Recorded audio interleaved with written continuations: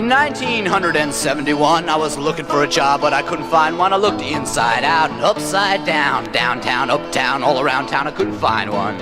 Oh, I've been out of work so long, I've forgotten what a job looked like. Well, after months and months of just hanging around, I finally found a job in Boston town. They had it hidden out in a museum place, all locked up in a glass case. It had a sign over it.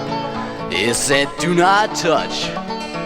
This bird is extinct."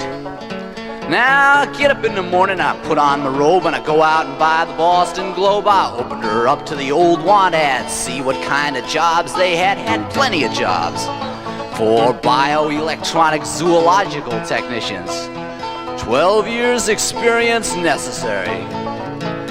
Now, when I wasn't job hunting, I was spending my time standing down on the unemployment line, trying to collect a couple of bucks to keep me and myself from starving to death. Used to have to stand around for hours, all trying to collect unemployment insurance. It's a full-time job. No, it's not just a few people down in their luck, because the more they lay off, the more they speed up, and the whole working class has got a stake in smashing the unemployment rate, that's for sure. One worker can get mighty tired trying to do the work of two. Well, I guess the one little thing that always pleased me about this here land of opportunity is they accept for the bosses who own the plans. Everybody's got a fighting chance to get laid off. Oh, sped up. Chance to die in a boss's war, and if you're black, you get a special break. Because there's a lot of youth unemployed and a lot of women also, but the highest unemployment they got in the ghetto. It's black and Latin workers are the first to be fired, and black and Latin workers are the last to be hired. I'd call that racism. And before there's gonna be any kind of change in this country, racism's gotta be dumped, stomped, crushed, smashed.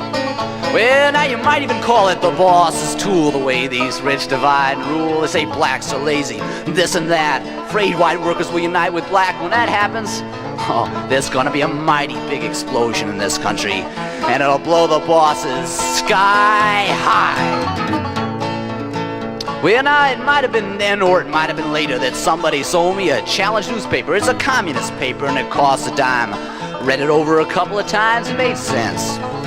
And believe you me, challenge is read all over. Now, the woman who sold me this paper said that every time workers get ahead, the bosses turn around and attack, which is why the bosses have got to be smashed once and for all.